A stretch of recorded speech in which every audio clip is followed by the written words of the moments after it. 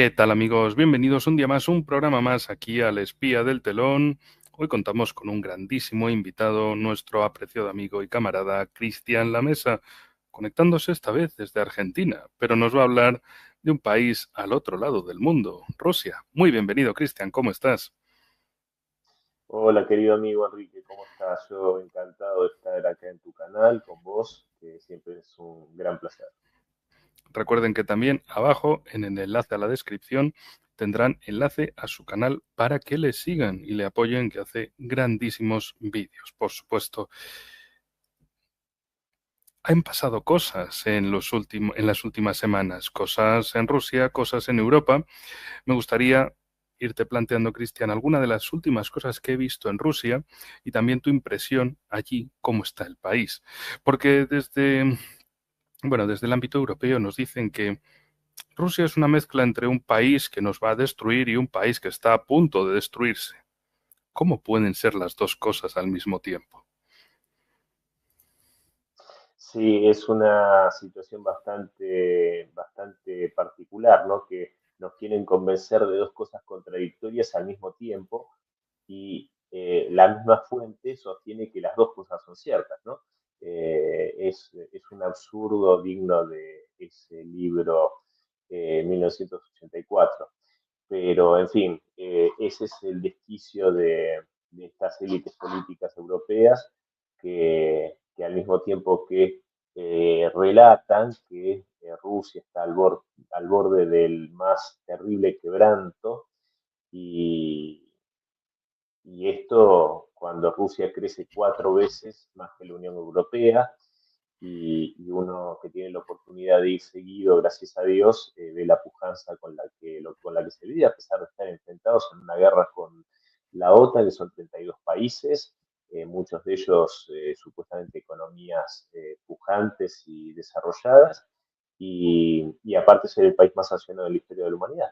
Sin embargo, uno ve ese país pujante con un nivel de vida en su población más que aceptable, que creo que a muchos países europeos les da ciertamente envidia y bueno, sin embargo, tratan de hacernos creer esta realidad paralela en la que los rusos van al frente de batalla en burro y pelean con palas y usan los chips de lavadoras y en fin, toda esa cosa que ya es casi, ¿cómo decirlo?, mitológica. Mm. Fíjate que tengo un chiste hispano-ruso sobre el porqué de las lavadoras.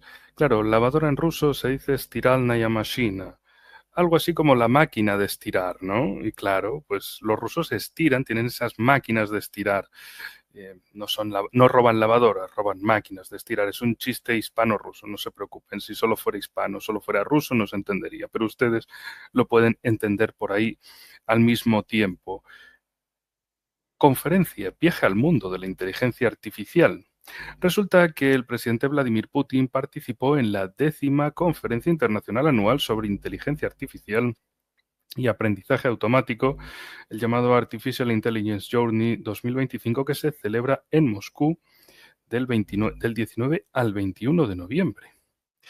Un país que, pues sí, están ahí al borde de la pobreza, no tienen aceras, no tienen retretes, pero bueno, por lo que sea, están hablando de inteligencia artificial. De hecho, las declaraciones principales que se han traslucido de las declaraciones de Vladimir Putin es que Rusia debe tener sus propias tecnologías en el campo de la inteligencia artificial, posición soberanista clásica, que el país no puede permitir la dependencia crítica de tecnologías extranjeras de inteligencia artificial. Es una cuestión de soberanía nacional, dijo Putin en este evento. No hay que detenerse en el desarrollo de tecnologías de inteligencia artificial para poder corresponder a la velocidad y la escala de los cambios en curso. Y las tecnologías de inteligencia artificial generativa se están convirtiendo en algo fundamental. Los estados líderes compiten por su posesión. También sobre la energía, y de esto hablaremos más a continuación porque han pasado cosas nucleares. Rusia pasará a la producción en serie de centrales nucleares pequeñas. Se continuará la construcción de centros de procesamiento de datos sobre la base de las centrales nucleares grandes. En las próximas 2 décadas, Rusia construirá 38 instalaciones nucleares con una capacidad total casi igual a la generación nuclear actual. Luego también habló de otras aplicaciones de la inteligencia artificial. Por ejemplo, decía que las solicitudes de la línea directa de este año se procesarán nuevamente con la ayuda de tecnología de inteligencia artificial GigaChat de la compañía rusa Svier, y sobre la base de la inteligencia artificial generativa se están creando asistentes inteligentes, vehículos no tripulados y robots que toman decisiones cada vez más autónomas sin participación humana. Las cosas que crea Rusia. Cuéntanos más de tu experiencia, de cómo lo has vivido y de cómo este país, desde Europa, lo ponen como si no fuera importante. Pues tenemos este evento en estos días y también si quieres contar eventos en los que participases, cómo estaba el ambiente, si era una sociedad al borde del colapso, cómo se nos llega a pintar.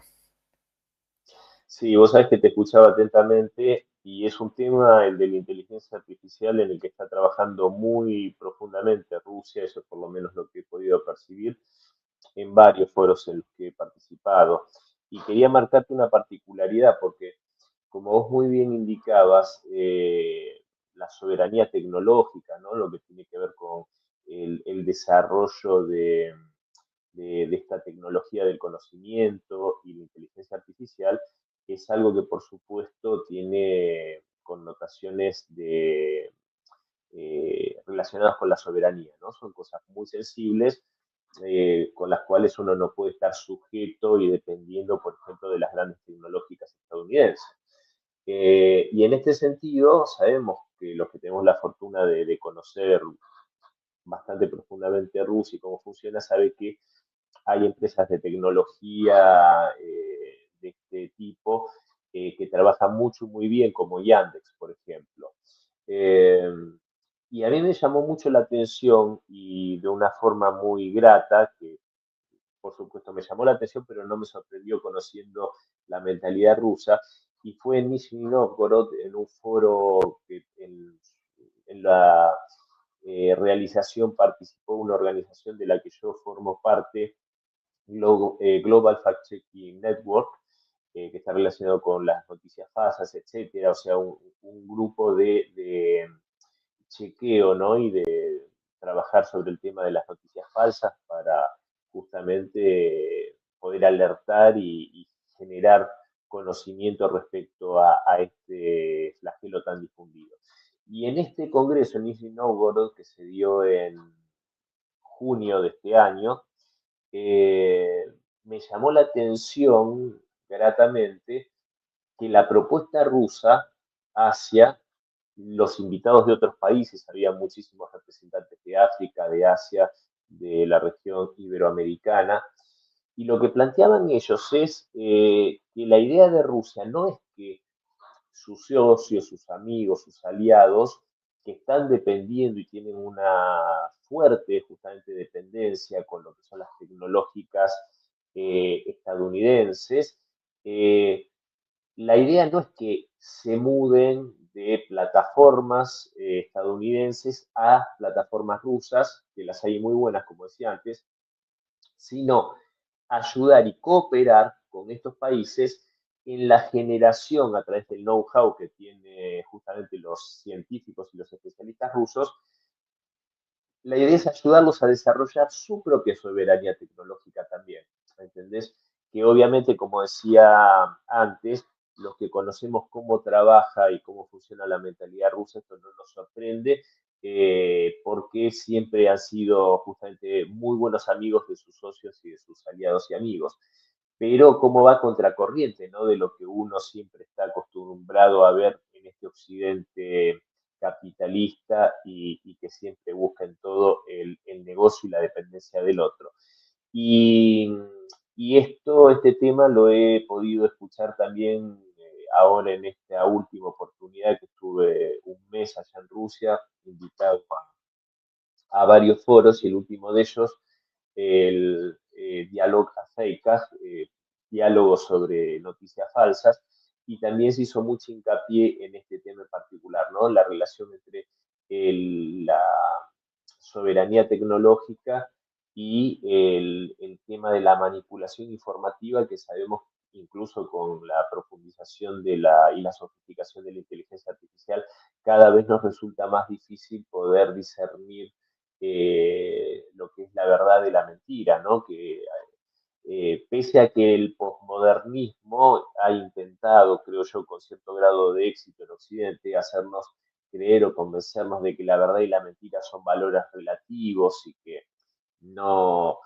como que es algo casi inasible y que no existe, al igual que el bien y el mal. Hoy estamos en una realidad mundial, en un mundo multipolar, eh, que fue descrito creo que muy bien por Xi Jinping en el desfile de la victoria sobre el Japón militarista, cuando manifestaba justamente que hoy el mundo está frente a una lucha entre el bien y el mal, ¿no? Creo que esos valores, el bien, el mal, la verdad, la mentira, están hoy más vivos que nunca, a pesar de ese posmodernismo que nos quiere inculcar otra cosa. Y creo que el trabajo en este aspecto con la tecnología también tiene que ir muy profundamente relacionado con eso. Y para cerrar, la verdad que yo lo decía en una intervención en un medio aquí en Argentina, que pese a que yo estuve allá en Rusia de febrero a mayo, después volví una semana en junio y ahora estuve un mes. O sea que estoy seguido. Y cuando uno está seguido en un lugar, generalmente no se sorprende ante los cambios o esas cosas porque se suceden pocos cambios en tan poco tiempo. Sin embargo, lo que yo decía es que Moscú nunca deja de sorprenderme porque el crecimiento de esa ciudad, la construcción de edificios, la remodelación, la restauración de sitios históricos, es una belleza realmente deslumbrante y que, repito, es uno que es un viajero frecuente, por decirlo de algún modo, siempre está encontrando cosas nuevas que se están haciendo y, y realmente con una convicción frente a las adversidades, que en este momento obviamente es un país que está enfrentando, como decía hace unos minutos, una guerra contra una coalición militar de 32 países, y así todo la gente de a pie, se percibe ese patriotismo, esa convicción por seguir adelante frente a estas adversidades, y yo creo que teniendo muy en claro que el futuro sin duda está del lado de Rusia y de estos países emergentes que representan este mundo multipolar. Pues mira, más allá de esto, también estaba la cuestión nuclear que comentaba, porque claro, en Europa se dice no, que la energía nuclear es mala, que contamina, que Chernóbil, prácticamente es eso, contaminación mala, Chernóbil. Pero resulta que Rusia, entre las cosas que está haciendo ahora, y os voy a dejar el vídeo, hay de la ceremonia de instalación de la vasija del reactor de la unidad de la central nuclear de Eldava en su posición de diseño. Ahí está por un lado el presidente al-Sisi de Egipto y por el otro el presidente ruso, Vladimir Putin. Es muy interesante porque cuando se trata de energía, de producción, resulta que Rusia tiene una alta calidad en producción nuclear y en exportación de esa energía nuclear a otros países. Sí, también es lo que se suele conocer en España como envidia cochina, la que le tienen a países como Rusia por tener precisamente esta tecnología y esta capacidad de exportación a otros países. A Egipto, aquí la tenemos de esta semana, pero también han comenzado la creación de los nuevos reactores de la central nuclear de Bushehr en Irán. El primero ruso ya funciona y están 2 y 3. Esto para ver lo que ellos exportan, porque a veces, en bastantes ocasiones y sobre todo si te mueves del sur de Europa hacia el norte de Europa, cuanto más hacia el norte vayas y sobre todo más hacia el Báltico, Rusia hace menos cosas. Y te dicen que Rusia hace menos cosas. Bueno, el mal siempre, pero ninguna constructiva. Y resulta que vas mirando por el mundo y dices, bueno, o sea que resulta que son capaces de vender sus cacharros, sus ingenios nucleares. Sobre estas declaraciones, eh, las declaraciones de ambos, Putin dijo que la construcción de la instalación en Egipto entró en una fase clave, tras la cual comenzará la producción de energía eléctrica en un futuro próximo. La puesta en marcha de los bloques de la central permitirá reforzar considerablemente la seguridad energética de Egipto, así dijo Putin. Seguridad energética, nos quedamos con esa palabra, bueno, con ese concepto. La parte rusa seguirá prestando asistencia a sus socios egipcios en todas las fases de la implementación del proyecto, incluyendo el suministro a largo plazo del combustible para los reactores y el mantenimiento técnico de la planta. Rusia agradece al Sisi su interés en fortalecer los lazos con Moscú y apoya ese enfoque. Las relaciones entre Moscú y el Cairo se desarrollarán de manera progresiva y sistemática y el intercambio comercial crece. Vaya, la Rusia aislada, la Rusia que no puede producir nada, resulta que no está ni tan aislada y sí que puede producir. Y sobre todo, ese combustible nuclear que se lo den Rusia, que se lo venda Rusia a Egipto, para generar esa energía y que tengan seguridad energética.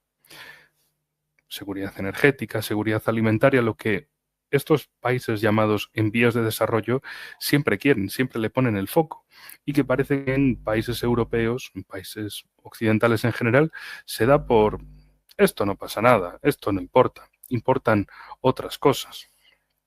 En cuanto al Sisi, en esta inauguración agradeció a Putin por la construcción de la central.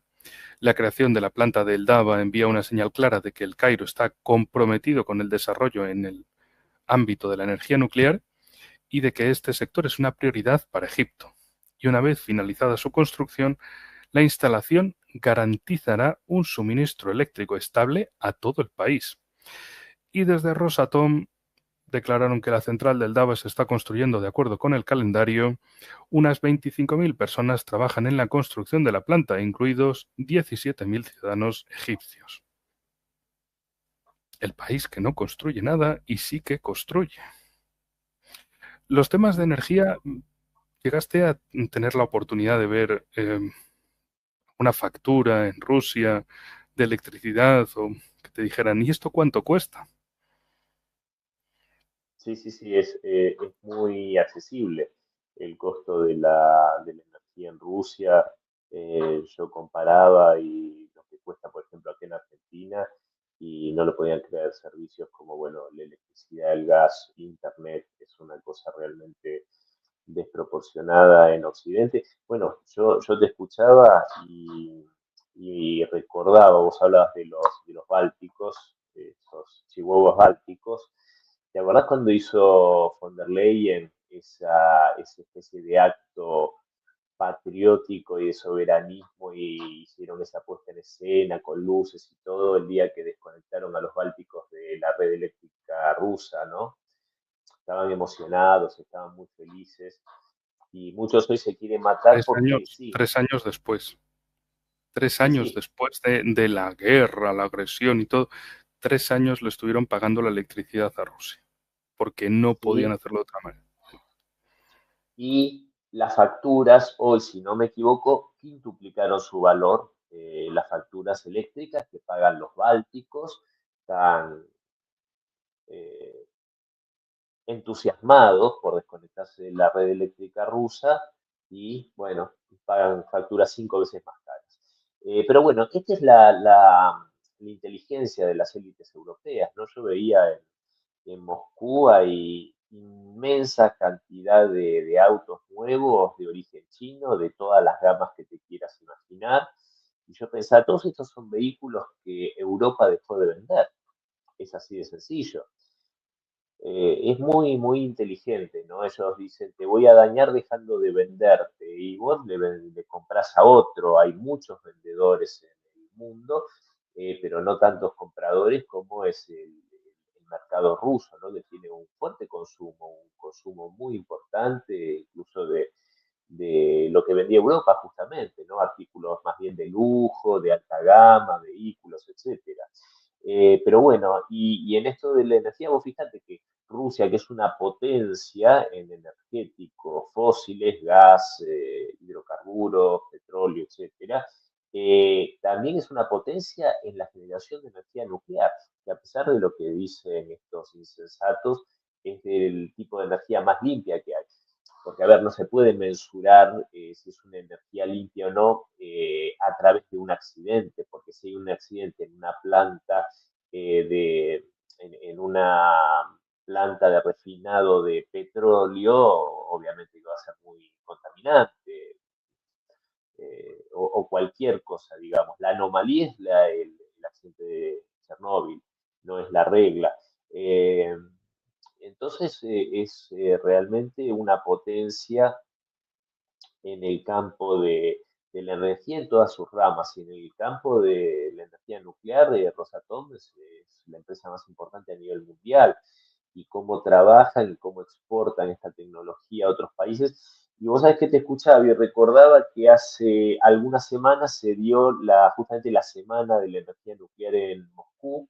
Si no me equivoco, se hizo en Moscú, que hubieron diferentes mandatarios, estuvo el presidente Putin, estuvo el camarada y presidente de Bielorrusia, Alexander Lukashenko, incluso el premier de Armenia y otros mandatarios, contando sus experiencias con el desarrollo y la construcción de diferentes plantas nucleares por parte de Rosatom en estos países.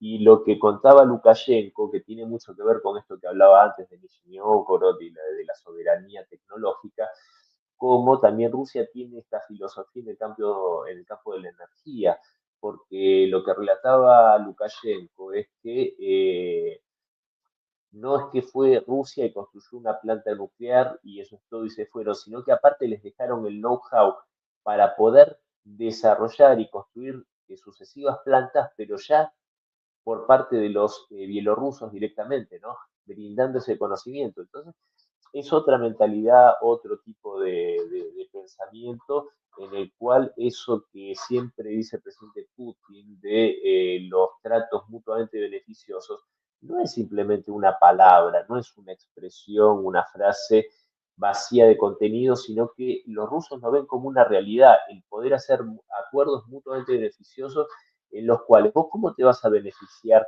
mejor con un socio si vos tenés esta lógica. Si a tu socio le va bien y también es un socio rico como vos, entonces pueden beneficiarse mutuamente. Es distinto a esa lógica del juego de suma cero que tienen históricamente los anglosajones, en el cual siempre y de forma ineludible, lo que yo gano es lo que vos perdés. Entonces siempre hay un ganador y un perdedor en las relaciones. Bueno, el cambio que estamos asistiendo justamente es ese cambio absoluto de paradigma y esto encabezado por Rusia y por China indudablemente. Y el resultado lo vemos claramente en África. No es casual que en este continente tan sufrido, tan explotado de la forma más infame por la élite europea a lo largo de siglos. Yo siempre recuerdo el ejemplo del infame Leopoldo II de Bélgica, ¿no? Un ser atroz que haya monumentos de ese personaje es realmente como si hubiese monumentos de Hitler. Y no es casual que de África se esté sacando a patadas, literalmente, a esos neocolonialistas europeos como los franceses, y se le da la bienvenida y se le agradece y se erigen monumentos en honor a los amigos rusos que ayudan a luchar y a liberar estos países de estos grupos islamistas radicales, financiados y favorecidos por Occidente, y también con la colaboración de China que ayuda a desarrollar esos países. No hacer la infraestructura solamente para extraer las riquezas, sino el desarrollo de toda una infraestructura para desarrollar a esos países y a sus sociedades. Pausa dramática, porque estaba buscando una noticia. Estabas comentando esto y yo voy cambiando el guión según siempre, como siempre, según el invitado vaya diciendo unas cosas u otras, puedo modificar el programa. Es que, claro, estabas hablando de África, inmigración, Rusia. ¿Sabes lo que se dice en un gran medio aquí en España? En un gran medio se supone que por cantidad, no por calidad. La sombra de Rusia planea sobre la inmigración subsahariana. Informes de inteligencia británicos, Frontex, think tanks, cada vez son más los organismos que alertan de una realidad inquietante. Putin utilizará, si es que no lo hace ya, los flujos migratorios desde el Sahel para desestabilizar Europa, y España está en primera línea. Es un artículo que luego está solo para suscriptores, pero ya creo que con ese título, con todo esto que dicen, es bastante llamativo. Es decir, nos quieren convencer ahora. Hay un concepto que suelo comentar en mi canal que es el del spin doctor. Vuelca tortillas o el giramesas. Es decir, el que te gira el relato. Los doctores del giro, literalmente. Hay una situación, ves una cosa, pero te lo intentan plantear de no, usted no está viendo eso. Se lo vamos a girar, se lo vamos a explicar. Entonces, toda la inmigración masiva que hemos tenido desde África hacia Europa en los últimos 30 años, no, eso no existiría. Solo existe ahora y es por culpa de Putin, que Putin está instrumentalizando la inmigración para atacar a Europa, por la razón que sea. Es malo, y como es el malo hace cosas de malo. No hace falta más explicaciones, Cristian. El malo es Putin, Putin hace cosas de malo. Ya está. ¿Qué cosas de malo son esas? Enviarnos población subsahariana a Europa. que nadie pregunte quién se ha beneficiado de la llegada masiva de esa inmigración subsahariana, qué sectores económicos y qué ha producido eso en el ámbito laboral. No. Esa parte de hablar de la explotación capitalista, de utilizar la mano de obra, de la inmigración como ejército de reserva del capital, no, eso es ser prorruso. Peores cosas, ¿no? Si es que hay peores cosas. El tema es cómo tenemos este yihadismo, por ejemplo, en las últimas semanas, con una ofensiva bastante seria de Jotanim en Mali, también otros avances en Burkina Faso y algunos acontecimientos en Níger. Y yo he hecho un vistazo sobre el mapa y digo, bueno, chicos, están las zonas de combate de Mali en el río Níger, a lo largo del río Níger, están a 2.000 kilómetros del sur de España. 2.000 kilómetros. Para irse al frente de Ucrania son 3.800 kilómetros. El doble. Es decir, tenemos un problema extremadamente serio al sur y parece que nadie en los medios europeos, concretamente los españoles como este del ABC, le importa tratar sobre ello. Les encanta unir los puntos y decir, claro, es que Putin está por el este y nos manda inmigración por el sur en un movimiento de pinza descomunal. Y es como de, vale, pero los terroristas, dos cosas. Si ganan en el Sahel y todo es fastidiate Rusia, has perdido, tus Wagner han perdido en Mali, significa que vamos a tener una zona de yihadistas en el sur de Europa, concretamente hacia el sur de España, a 2.000 kilómetros, como digo. Y si pierden y huyen, huirán hacia Europa. También dirán, no, es que Putin está enviando yihadistas desde África. Cuando las premisas son incorrectas, las conclusiones solo pueden ser tan incorrectas como eso. Así que la situación por ahí, lo que tenemos.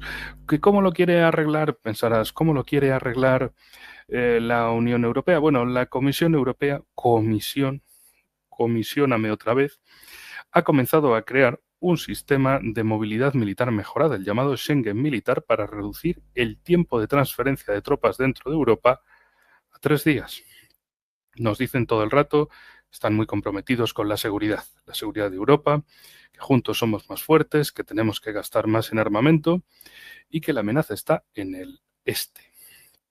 Por cierto, también, en esta semana, el Ministerio de Defensa de España, bueno, además de recibir a Zelensky, que si quieres podemos hablar un poco de eso, porque se recibió a Zelensky y al Andriy Yermak, la mano derecha de Zelensky, y otros ministros, vamos, los ministros que o no han sido expulsados como Galushenko y Grinchuk, o los ministros que no están huidos como Umierov, el ministro de Defensa, que está en Turquía.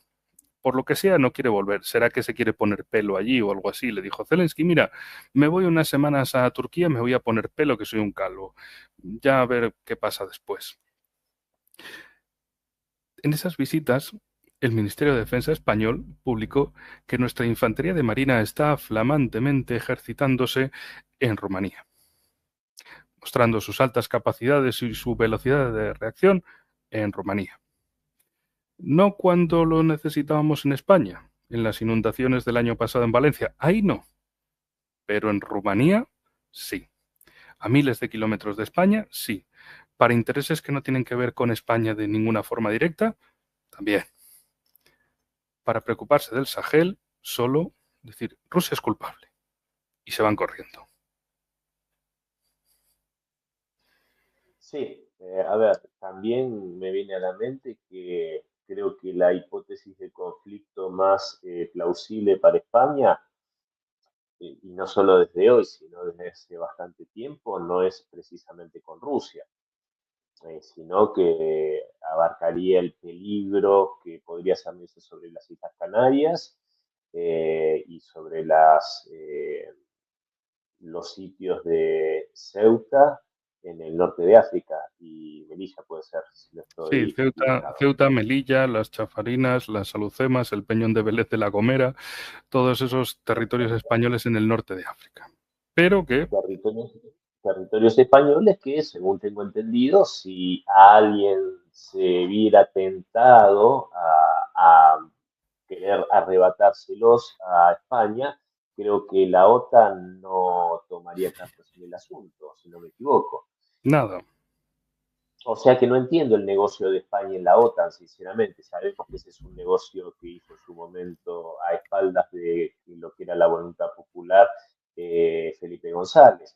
Pero bueno, No, no es así, Cristian. ¿no? González lo recibió, pero esto se hizo con un presidente que pocos recuerdan, o equivocan con otro Calvo Sotelo.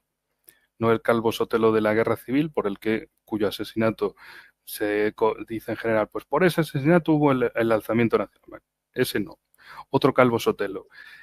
Entre el 23F, el 23 de febrero de 1981, el teórico intento de golpe militar contra la naciente, Gallo. incipiente, sí, contra la incipiente democracia en España, pues ahí estuvo hasta octubre de 1982 Calvo Sotelo. En las elecciones de octubre del 82, ahí gana Felipe González con una mayoría descomunal, pero es que España había entrado en mayo de 1982 con Pero Calvo puede ser que Sotelo. yo me equivoque, pero Con creo que González había hubo el una cosa, referéndum eso mismo, en el eso mismo. 86. Que creo que él se había comprometido que iba a estar en contra y después Sí, finalmente nada. él decía de entrada no, pero y que había una serie de que si España, bueno, estaría en la OTAN, pero sin armas nucleares, sin estar en lo militar, etcétera, y al final, pues, salvo lo de las armas nucleares, el resto sí. Y además con ganas de quererse meter. Y yo siempre lo recuerdo porque hay gente que dice, no, no, no, sí, porque miren, la cumbre de la OTAN de junio de 2022 celebró el 40 aniversario de la entrada de España en la OTAN y se celebró ahí en junio porque era la fecha más cercana para que a todos les quedase bien, porque era en mayo cuando se entró. Y de hecho fue una cosa extremadamente ridícula porque se cerró Madrid. O sea, en mi caso, la empresa me dijo, todos a casa, teletrabajen, porque como van a estar estos, pues va a haber cortes, que si el metro no funciona, que si los autobuses tampoco, etcétera. Mira, mejor para evitar esos cortes de transporte, quédense en casa y dices, vaya. Y también un detalle muy simbólico, y te paso la pelota de nuevo, fue en Plaza Mayor, la plaza más bonita, más linda de Madrid, más céntrica, los coches de los gerifaltes de la OTAN aparcando allí. Donde nadie puede hacerlo, ellos sí. Pueden cerrar la ciudad por ellos, pueden meterse en donde quieran en la ciudad, es decir, incomodar a los madrileños y hacer lo que les dé la gana. Eso sí, tuvieron unas fotos muy bonitas. El reportaje fotográfico fue espectacular. Recopado, ¿qué le diríais en Argentina? Sí, sí, así es. Sí, yo no termino de entender el negocio de la OTAN, esto obviamente es un poco irónico, eh, respecto a las ventajas que provee a sus integrantes, ¿no? Tienen que gastar desmesuradas cantidades de dinero. En el caso de España, en su mayor hipótesis de conflicto, no recibiría la asistencia debida.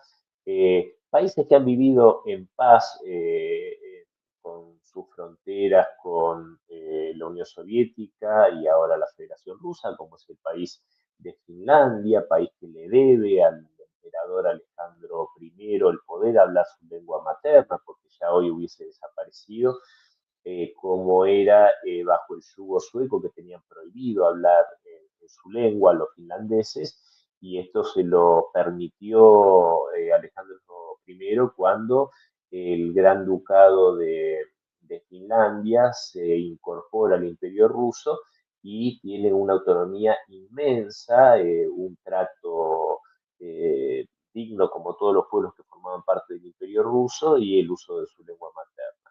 Después de haber formado parte de la coalición nazi, los finlandeses, y de haber formado parte del bloqueo de Leningrado, que costó 1 millón de muertos, fue muy magnánima la Unión Soviética en el triunfo y vivieron totalmente en paz bajo un formato de neutralidad con su vecino soviético y después ruso.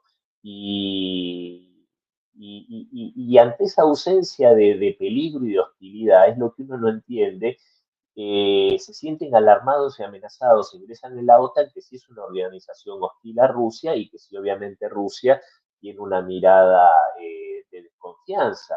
Entonces, no tuvieron problemas y se meten en una organización para tener problemas. Esa lógica, sinceramente, no la entiendo. De hecho, la misma creación de la OTAN es casi incomprensible porque Truman en el 49 crea una organización para estar abiertamente en contra de quien 4 años antes había sido fundamental para derrotar al nazismo, que hubiese terminado, si hubiese derrotado al ejército rojo, sin duda el Japón militarista, la Alemania nazi y la Italia fascista hubiesen terminado por dominar incluso a los Estados Unidos, como lo dijo el ex embajador Joseph Davis, embajador estadounidense en la Unión Soviética del 36 al 38. Esto lo dijo este hombre, no lo digo yo, lo dijo un estadounidense de pura cepa, amigo y representante personal del presidente Franklin Roosevelt. Entonces, este derrotero otanista no se entiende demasiado bien, un grupo que traiciona a su aliado, pero después quieren decir que ese aliado traicionado es el malo y ellos son los buenos, es un poco incomprensible.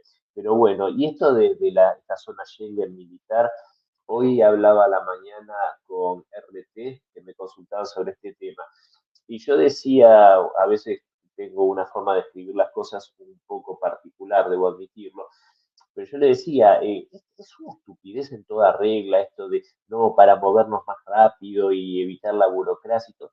Estos muchachos creen realmente que ante la realización de un acto hostil, de un acto agresivo contra Rusia, van a tener tiempo de moverse, de mover los tanquecitos y de ir de acá para allá. Y si creen que la actitud del Kremlin va a ser la misma que tiene en Ucrania, está bastante equivocado. Si yo decía a la mañana, le van a llover misiles por todos lados, o sea, no tiene sentido. Vos fíjate que es absurdo, es gastar dinero del contribuyente europeo, es seguir alimentando esa corrupción profunda que tiene la Unión Europea, porque decime, la verdad, vos sos un entendido. Eh, una guerra abierta contra Europa no va a ser de movimientos terrestres, va a ser más que nada una lluvia de misiles. Entonces, no sé qué es lo que están haciendo. Y para cerrar, dos cosas que me parecieron interesantes de esto que hablabas de la inmigración y en especial de la inmigración de África hacia Europa, de la zona justamente donde hasta el día de hoy, o de ayer, mejor dicho, porque han habido gobiernos soberanistas como el de Malí, de Burkina Faso, de Níger y otros, que le han plantado cara a este neocolonialismo y, y han tomado medidas y me recordaba también esas duras palabras de Meloni para con Macron cuando dijo justamente que relataba, por ejemplo, el hecho de que creo que era el 30% del uranio de las centrales nucleares francesas se abastece con justamente este mineral extraído de Níger, y Níger, el 80% de su población carece de energía eléctrica. Entonces, Meloni, la verdad que yo la aplaudo en esas palabras cuando dijo la solución no es dejar venir africanos a Europa, la solución es sacar de Europa, sacar de África a ciertos europeos, ¿no? Como Macron y los franceses. Y vos fijate que esta ofensiva, esta escalada de estos grupos yihadistas, como incluso Boko Haram en Nigeria, que lo denunciaba esto Donald Trump hace días con la matanza de cristianos, vos fijate que esta escalada en Malí, en Burkina Faso, etcétera, es en contra de gobiernos que justamente son soberanistas, que están en contra de este neocolonialismo y que son gobiernos afines a Rusia. Qué casualidad, ¿no? Que estos grupos yihadistas tienen ofensivas, estas escaladas en momentos tan estratégicos, ¿no? Es como, si uno fuese mal pensado, estaría creyendo que hay intereses occidentales detrás de estos grupos. Desde luego que los hay. Y además que no se ocultan. En el caso, por ejemplo, de Malí, no se ocultaba la mano francesa diciendo, jaja, rusos, os jodéis que los rebeldes os están echando de allí. Pero ¿quiénes son esos? Rebeldes. Pero con causa o sin causa. Rebeldes que son más bien yihadistas para el resto del mundo. Rebeldes, rebeldes, rebeldillos, como, no sé, con motos, bueno, sí, con motos, con algunos vehículos blindados artesanales, otros robados, sí, rebeldillos, ¿no? Lo intentaban plantear de ese modo, pero sobre todo enfocándolo siempre a que si es contra Rusia, todo vale. Lo que no se permitiría de ninguna manera en Europa se permite siempre y cuando sea contra Rusia, porque fíjate, hace unos días se cumplió el 10º aniversario de los atentados de Bataclan en París, en Francia. Qué malo el yihadismo, etcétera, qué terribles.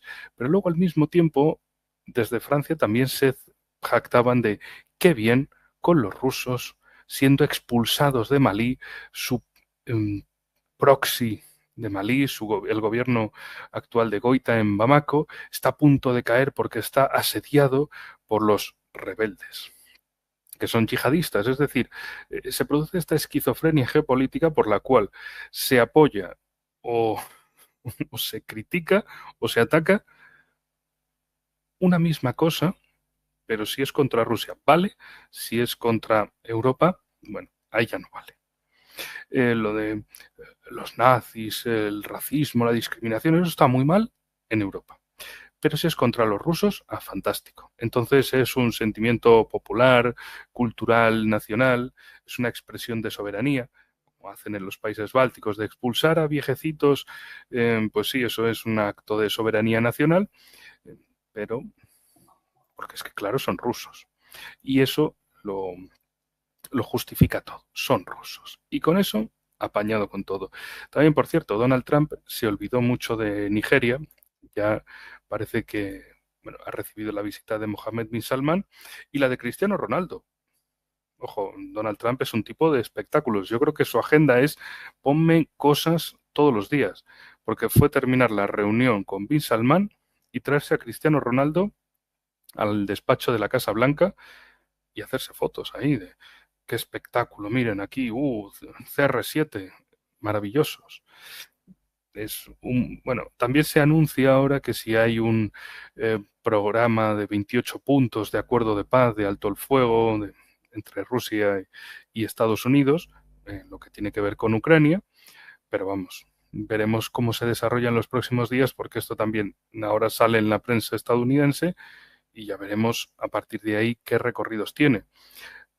Con la cuestión de Níger, el gobierno de Níger más que gobierno, de Nigeria más que gobierno soberanista, era un gobierno prooccidental, pero a base de recibir mamporros, a base de cagarlo a trompadas, que le diréis allí, se ha ido moviendo hacia otras posiciones, unas posiciones también muy relacionadas con China, por la parte económica, por la cantidad de inversiones, y de cómo, si no es China, es Rusia, pero no es Occidente.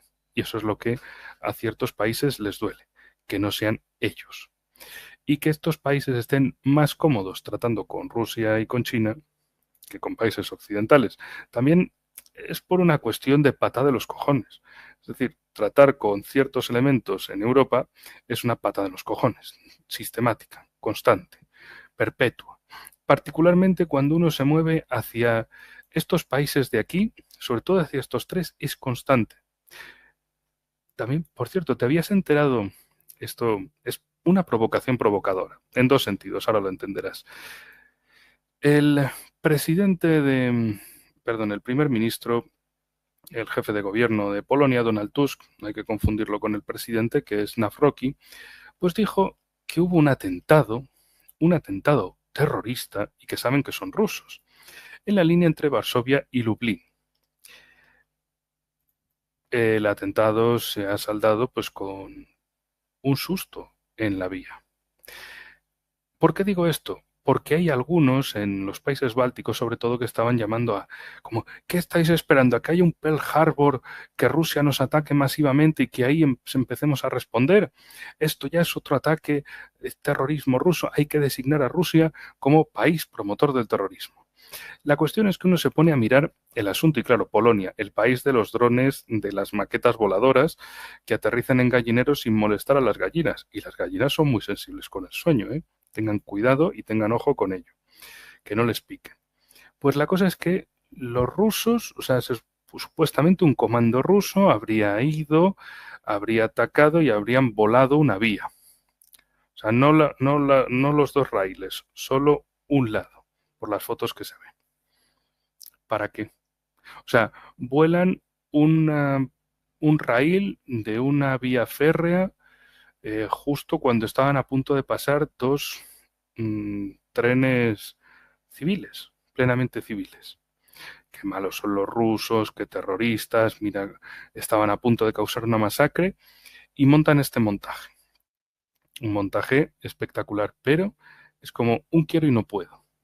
Si queremos ese Pearl Harbor argumental, pero a ver si lo vamos a hacer de verdad y se va a liar muy fuerte y como tú decías, los rusos no dicen avancen con los tanques, sino Putin, pulsa el botón, hombre que lo pulso, espérate, se lo dejo a Medvedev que lo pulse él y Medvedev, venga, venga, venga, vacíame los cargadores, vacíamelos todos, se van a enterar. Entonces, es la sensación de queremos generar un casus belli, pero que no sea un casus belli todavía. En otros medios hablaban de que Rusia estaría a punto de invadir un país europeo en un plazo de 2 a 4 años, según informes reputadísimos. Esas maravillosas fuentes anónimas o fuentes generales, empezar a nombrar un montón de instituciones y decir, todos estos dicen que Rusia nos va a atacar, ahora que se está preparando para atacarnos y sobre todo lo más interesante es que esto venía de la Unión Europea, del comisario de seguridad que es de Lituania. Y el comisario de seguridad de Lituania estaba obsesionado por la seguridad en que seguro, seguro, seguro que Rusia va a atacar un país del Báltico, porque Rusia tiene afán expansionista, porque Rusia quiere conquistar nuevos territorios, porque claro, es que Rusia solo es esto. O sea, Y aparte Rusia, está súper poblado, necesitan el espacio vital. sí, necesitan expandirse hacia el oeste. Estamos Claro, siendo irónicos, que se sí, entienda, sí, o sea, necesitan más población, no necesitan más territorio. exacto. Y nada mejor habría Aparte, que ganar un pequeño territorio y perder población, es decir, ganar lo que no necesitan y perder lo que necesitan. Porque los rusos, y sabes una cosa, Cristian, los rusos son así de lógicos según Europa, según los medios europeos. Los rusos son tontos y como son tontos hacen tonterías y el malo hace maldades.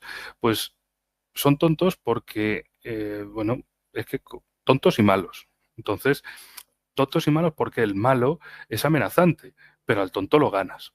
Entonces, es tonto y malo. Va a hacer una maldad, pero como nosotros somos listos y fuertes, les ganamos. Porque sí, si esa es la racionalidad que se le achaca al enemigo, mal vamos. sí, sí, sí, sí. A ver, en realidad creo que en psicología hablarían de una proyección, ¿no? Creo que proyectan lo que son ellos en el otro, ¿no? Y quieren ver a Rusia como ese tonto irredento que en realidad son ellos, porque si lo pensamos, eh, ¿qué tiene para ofrecerle Europa a Rusia? O sea, ¿qué podría desear de Europa que Rusia no tenga, digo, territorialmente? Nada, o sea, yo la otra vez decía, obviamente de forma irónica, que lo único que tiene en gran abundancia Europa son enormes reservas naturales de gente woke. Y a Rusia eso no le interesa, más bien todo lo contrario. Entonces, y esto del casus belli, que no termina de ser un casus belli, yo creo que está condicionado por el hecho de que estas élites europeas son bastante cobardes, de hecho, y se la pasan tanteando a ver qué haría Estados Unidos, porque con el Estados Unidos de Donald Trump tampoco tienen ninguna garantía que vaya a terminar respaldándolos en una acción así de un casus belli, que un atentado de falsa bandera, algo que quieran provocar para desatar una guerra con Rusia justificada, ¿no? Con una acción de ese tipo, como, bueno, son los malos que comenzaron, nosotros solo respondimos. El tema es que solos no les da el cuero, es más, sabemos que, yo siempre lo digo, es una estupidez intentar llevar adelante una guerra de características existenciales, o sea, una guerra que le costaría la propia existencia a una potencia nuclear. Hacerlo contra Rusia del mismo modo que intentar hacerlo contra Estados Unidos sería una estupidez en toda regla, porque siempre al final del día, si el mundo va a estar sin mí, ¿para qué quiero mundo? O sea, vámonos todos al infierno y se acabó. Pero bueno, así la astucia de los europeos que al mismo tiempo parecen querer provocar una guerra abierta contra Rusia, pero que parecería querer que Rusia se comprometa a usar armas nucleares. O sea, justamente su as Sí, en la manga. sí, no, Cristian, o sea, permíteme la corrección. O sea, es que tú lo pones muy suave, tú lo pones como una tarta Napoleón. O sea, que con ese nombre suena amenazador en otros países, pero tú y yo sabemos que eso es un dulce, es un postre bien bonito, bien sabroso. Pero la cuestión es que, como en Rusia son tontos y malos, ellos nos amenazan con armas nucleares, malos, pero como son tontos, no las pueden usar porque son cajas vacías. O son cajas vacías o no hay pelotas de usarlas. Entonces, la gran hipótesis de combate es que se puede atacar a Rusia sin que Rusia vaya a usar armas nucleares, sean tácticas o estratégicas, porque sí son malos, amenazan con que las tienen, pero sabemos que no tienen, sabemos que no funcionan, y en caso de que tuvieran algo, no hay pelotas de usarlas. Sí, sí, sí. Adelante, sigue. Es simplemente esto porque puede sonar muy loco para todos los que nos escucháis de fuera de Europa y decís, no, pero esto, ¿qué clase de hipótesis? Pues es la hipótesis que se maneja aquí, de que ellos nunca van a usar las armas nucleares. Su mayor activo nunca lo van a usar porque malos y tontos. Claro que la idea, el ideal justamente, es que la disuasión sea lo suficientemente clara como para no usarla. Yo creo que en Rusia no hay nadie que quiera usar armas nucleares. Bueno, hay algunos que les gustaría un mensaje contundente. Muchos lo han dicho, hacer el envío de un arma nuclear táctica a algún lugar determinado como para mostrar que Rusia habla en serio. Pero la verdad es que eso significaría una apuesta muy fuerte, que yo entiendo totalmente que eso por ahora, por lo menos no está en los planes del presidente Putin, que es un hombre muy moderado a pesar de la propaganda antirrusa y obviamente sería una apuesta muy fuerte. Pero dicho esto, eh, la idea, a pesar de que hay muchos que demonizan las armas nucleares, obviamente son armas de una capacidad destructiva que le hielan la sangre a uno. Pero yo creo que gracias a las armas nucleares no ha habido una tercera guerra mundial.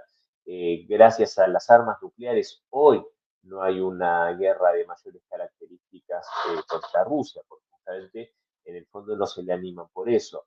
Eh, pero en una situación que aparte es lo que, porque esto es lo que no se entiende, la máxima amenaza a la que se puede enfrentar un pueblo como el pueblo ruso es justamente a la amenaza de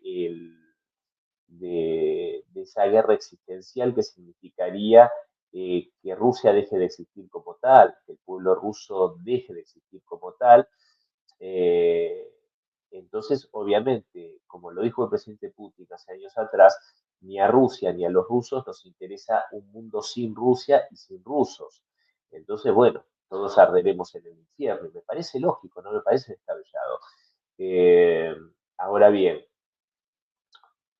pretender que ante una amenaza que aparte lo dicen abiertamente, lo lo han dicho, poner a Rusia de rodillas, desmembrarla en varios estados, que los rusos dejen de existir, lo han dicho, hasta lo ha dicho este personaje nefasto, Lech Walesa, que fuera presidente o primer ministro de Polonia, antes sindicalista, etcétera, uno de los que fueron los artífices, aparte de las presiones internas de la caída de la Unión Soviética.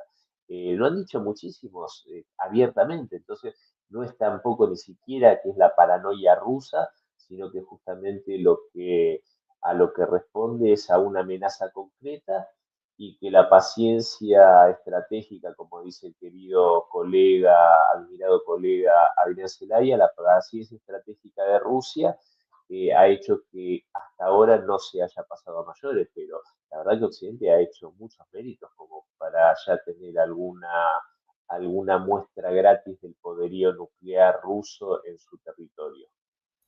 Lo que podríamos llamar tener una cogida por sorpresa. Pero todavía afortunadamente no. Y es que resulta que, claro, hay países en la Unión Europea y ciertos países tienen una obsesión constante con Rusia, como si no hubiera nada más que Rusia, Rusia, Rusia, Rusia es un problema, Rusia es culpable, Rusia nos va a invadir.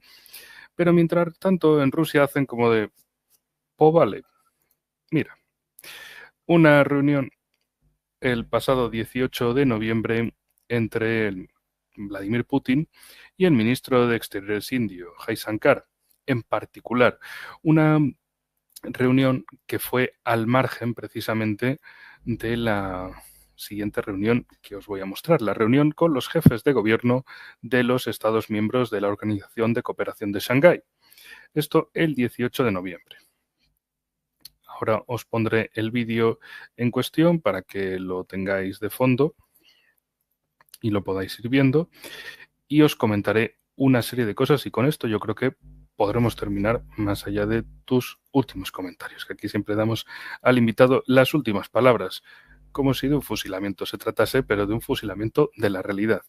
La cuestión es saber por qué esto no quiere funcionar el vídeo. Vamos a ver, vídeo. ¿Quieres funcionar o no? Sin esto y con esto. Venga, ¿no quiere funcionar? Pues no quiere arrancar todavía el vídeo. La cuestión sobre el evento. Nos dice la nota que el presidente de Rusia, Vladimir Putin, se reunió en el Kremlin con los jefes de los consejos de ministros de los países miembros de la Organización de Cooperación de Shanghái, que es ni más ni menos que la mayor parte de países de Asia. El mandatario ruso aseveró que el intercambio comercial entre Rusia y los estados de la asociación alcanzó los 409 millones de dólares en 2024. Un momento que creo que está sonando la música, que no sé por qué. Opa. Es que si me suena la música, les puede sonar la música y puede ser una molestia. Pero me alegro de que ya haya arrancado el vídeo. Siga diciendo la nota que nos publica el Kremlin.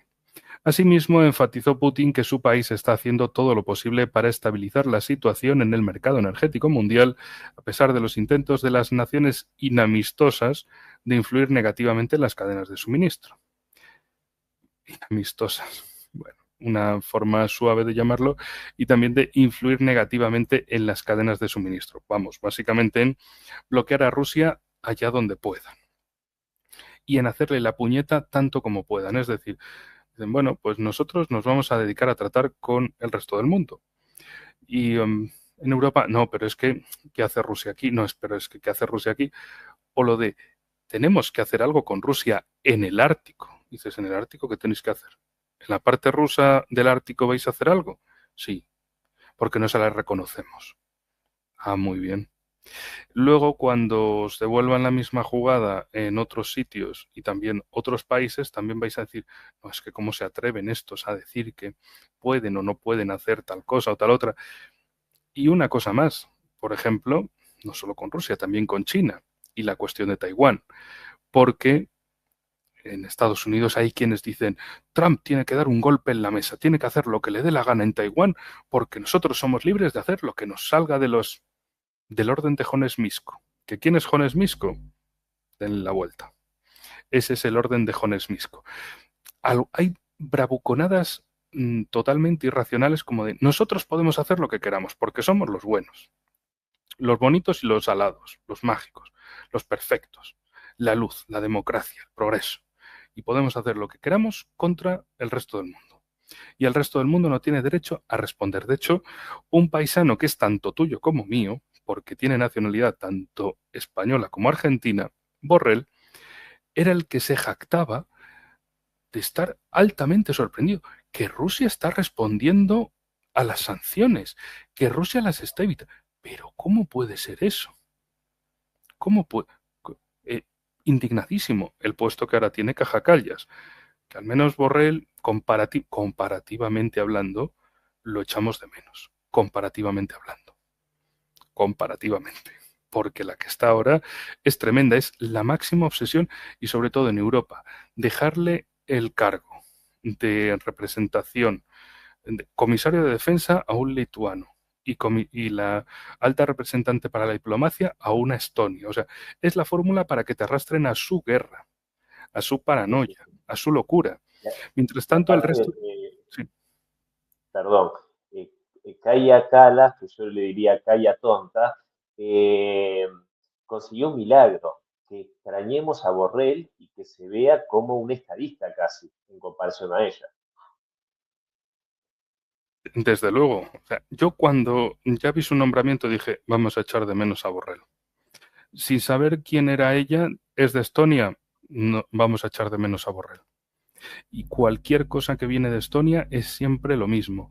Un mensaje del presidente del Comité de Asuntos Exteriores del Parlamento de Estonia, viendo el atentado terrorista tremendo en Polonia, ese del que hablábamos. ¿Qué va a esperar Europa? ¿A un Pearl Harbor?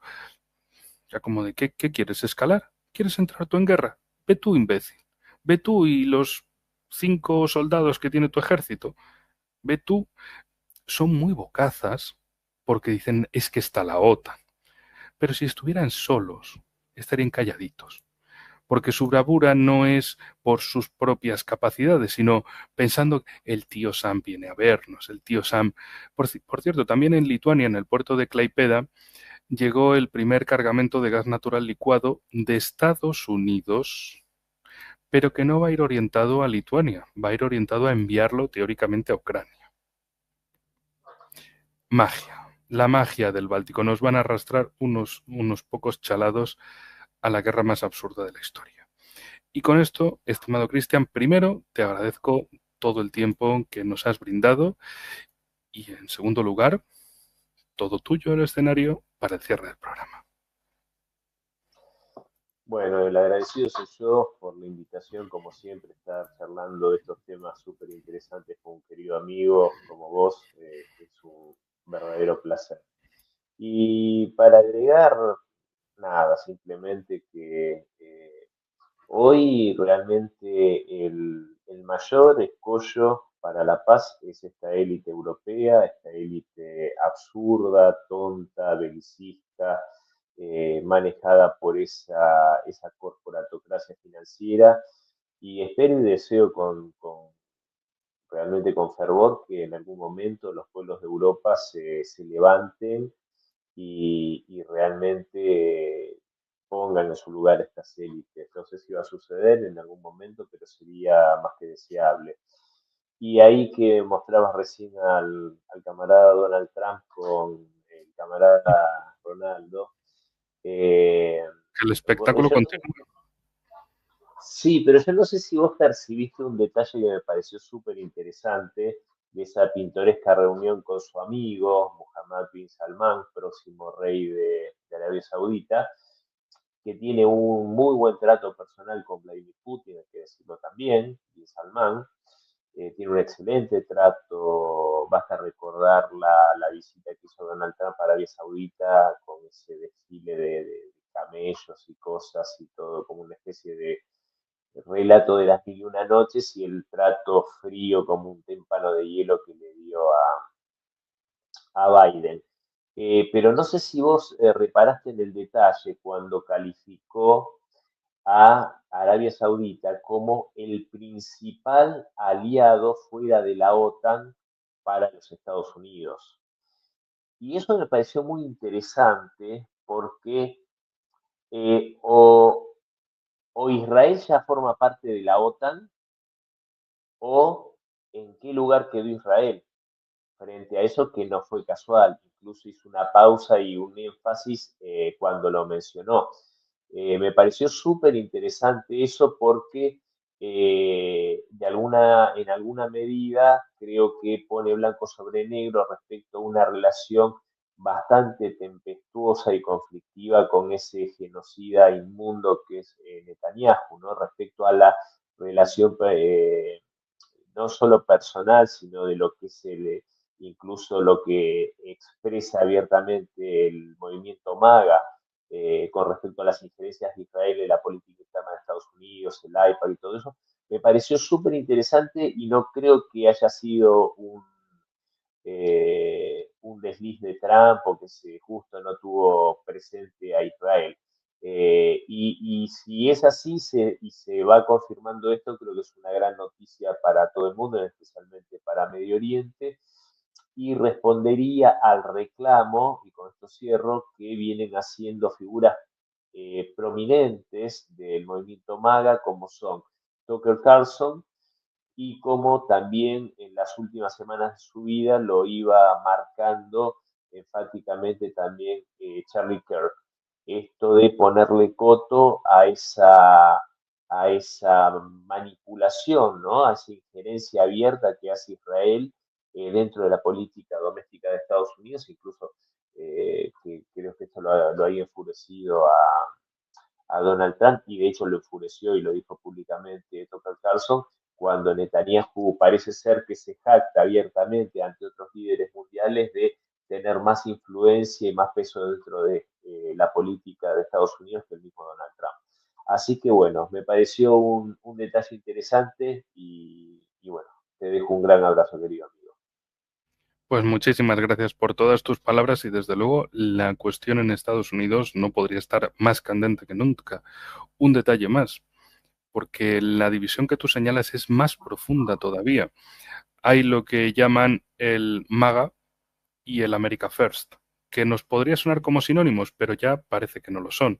El MAGA es el sionismo del establishment, es el trumpismo oficialista, mientras que el America First es ese movimiento más social, los del MAGA social, y que está Tucker Carlson, fallecido Charlie Kirk, pero apareció otra figura, Nick Fuentes, en estos tiempos, y también varios congresistas, como Marjorie Taylor Greene, a la que Trump ha defenestrado públicamente. Y bueno, la ha calificado, por así decirlo suavemente, de mala persona, de incompetente política. Y ahí lo ha intentado dejar, como de tú no sabes nada, yo soy el que sé de la gran política, y en definitiva cállate y no molestes. Y esto solo consigue enfurecer a esas bases sociales, pero también nos deja una última cosa que ya la debatiremos en otros programas.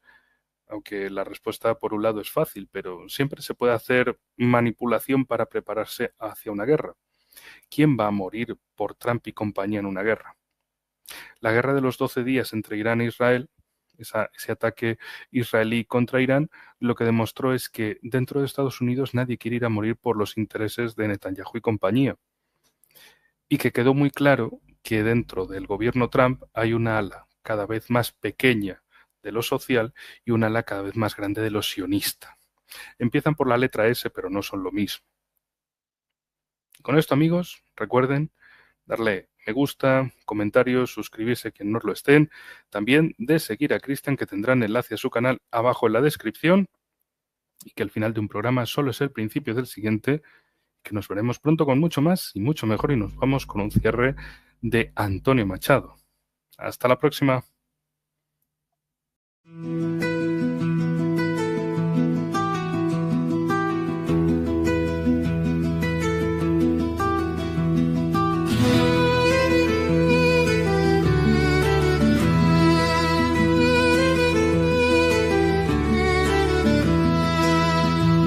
Caminantes son tus huellas el camino y nada más.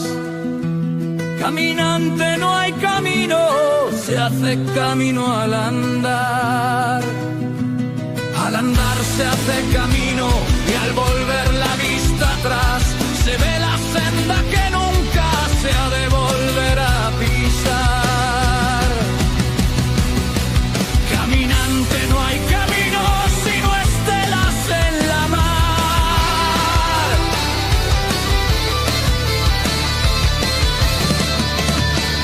He andado muchos caminos, he abierto muchas veredas.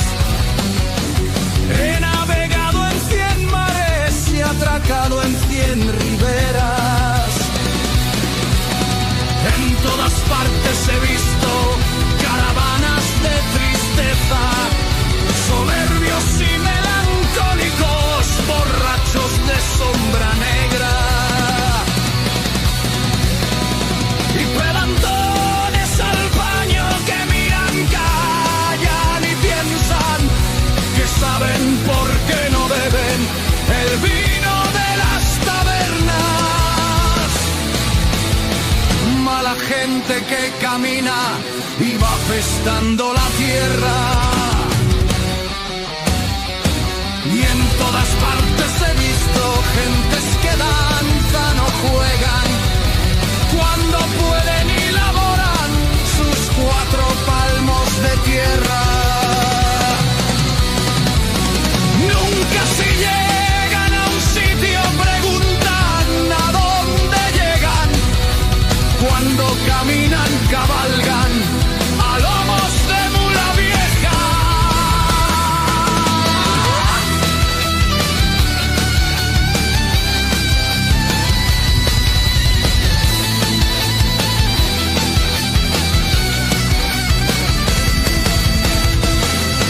Y no conocen la prisa ni aun en los días de fiesta. Donde hay vino beben vino, donde no hay vino agua fresca. Son buenas gentes que viven, laboran, pasan y sueñan. Y en un día como tantos descansan bajo la tierra.